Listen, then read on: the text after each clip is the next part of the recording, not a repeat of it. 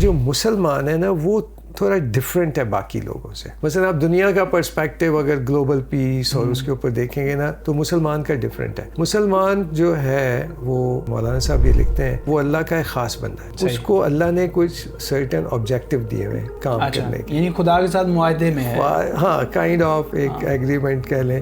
اس کا جو آبجیکٹیو ہے دنیا میں وہ باقی لوگوں سے ڈفرینٹ ہے. اگر ہمیں as a Muslim piece concept کو دیکھنا ہے تو ہمیں اپنے اس پرائم آبجیکٹیو کو ہی دیکھنا ہے یا جو بڑا مقصد ہی ہے. تو وہ یہ کہتے ہیں کہ مسلمان جو ہے اس کا اصل مقصد یہ ہے کہ وہ لوگوں کے یا انسانوں میں فکری انقلاب لے کے آئے. یعنی فکری انقلاب کیا ہے کہ ان کو اللہ سے جوڑنا. اللہ سے جوڑنا تو آپ کی مائنڈ سیٹ کو چینج کرنا ہے نا, آپ کی فکر کو تبدیل کرنا ہے. تو آپ کا ایک یہی آبجیکٹیو ہے کہ آپ خود بھی اللہ تعالیٰ سے جڑیں, باقی دنیا کو بھی اس میسج کے لیے لے کر چلیں اور ایسے ماحول دیکھیں جس میں کمیونیکیشن رہے.